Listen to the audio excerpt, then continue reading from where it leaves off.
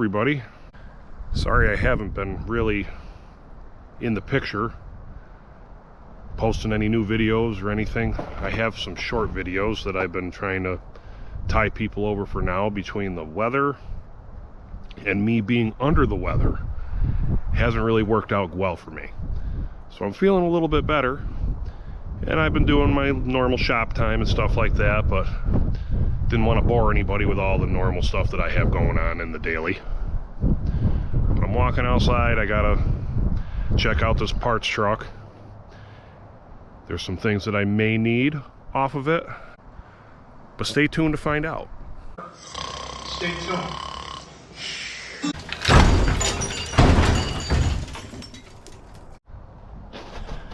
So the current situation here, it's about a miserable 20 degrees in the sunlight today, and it's actually summer weather compared to what's been the past week and a half or so.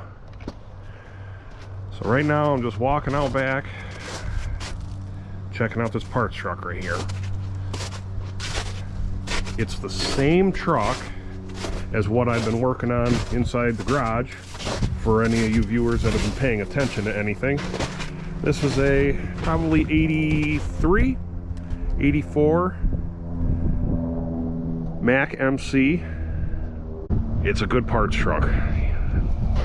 There's some nice things about it. Got a lot of chrome accessories and some pretty tricky stuff that you can't get anymore, but the frame is junk.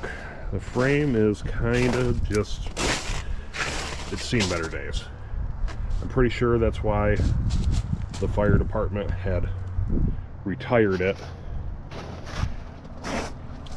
They took the tank off. I think it was a water tanker, and they took the tank off, and they just were not pleased with what was going on, and they got a little bit discouraged because, like I say, it's a pretty nice truck, but as you can see, it's just not up to the standards of what fire departments deal with. So other than there being a frame issue, as you can see here, there's also some braking situations going on with this particular truck. This truck is born from the factory with disc brakes. They look a lot like S-Cam, but believe me, there's disc brakes in there. Same thing with the front end, and it's not readily easy to get disc brake parts anymore. I don't know if you can quite tell what's going on in there. Firetrucks, for some reason, they found it a good idea to build fire trucks with disc brakes. I don't know if it was because you didn't really have to adjust them, because you still have to. Not quite sure what's going on with that situation.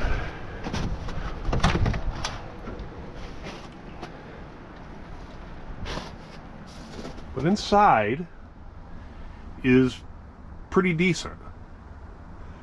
It's got the headliner pulled because there was some holes in the roof where they drilled for their lights and stuff, and they took all that apart before they put the truck up for auction. It's in very, very good shape. Very clean inside, as it should be for a fire truck. And probably some of you that have paid attention to any of my other videos, there's my doors that I needed for all the internal parts that I for some reason can't find other than on parts trucks. You can't get stuff from the Mack dealer anymore. Well, why didn't you take the doors apart on this truck? Well, because I didn't want to.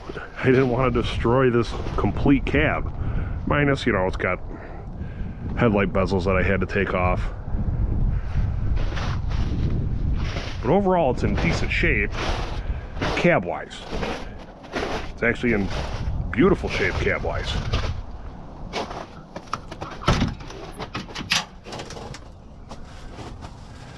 And as you can see, MRs and MCs did not have any type of interior door panels. They just had the plastic, which is fine. And how you can tell Mack interior from the mid-80s is this beige color, and it's pretty much in immaculate shape. There really isn't that many miles on this truck. Let's check it out, see what's in there.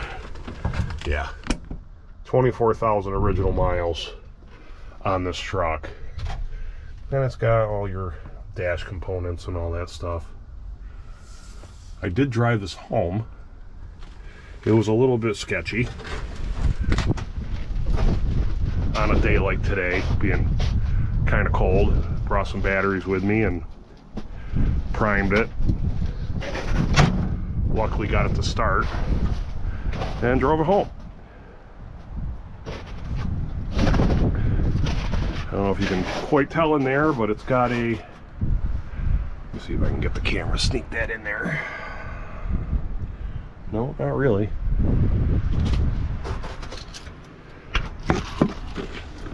It's got a 285 Mack 2 valve, you can see with the tip turbine right there.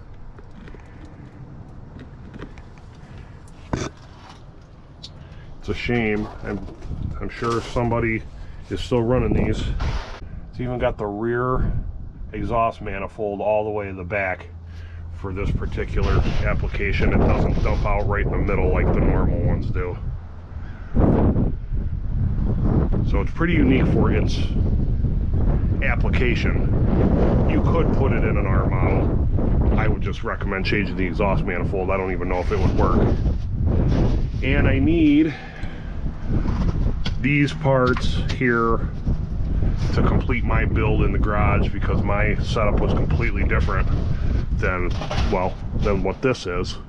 I had dual, this is the, for the tip turbine, you got a huge 8-inch coming down, 8-inch intake, and then it splits off. Well, mine, I had dual intakes, one on each side, the way that it was built.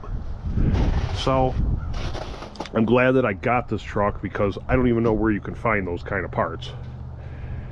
It's got an Allison automatic in it, and it was pretty fun to drive the way that this was as a cabin chassis. It had go, like get up and go, get going, which was kind of fun to drive home, amongst hoping that it doesn't break down, because I don't think this was actually on the road for quite a few years before they finally decided to just get rid of it.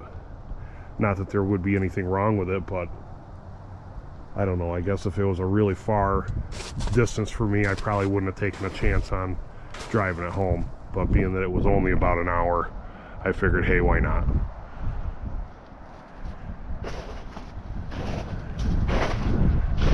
But overall, it's a very, very good parts truck.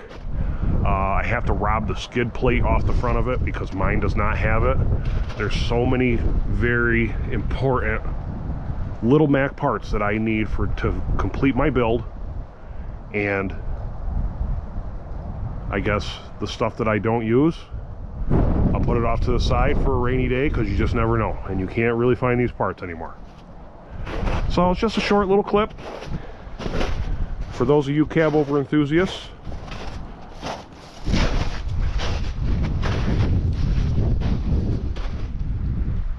It's pretty cool. But thanks for watching, and I'll see you at the next one.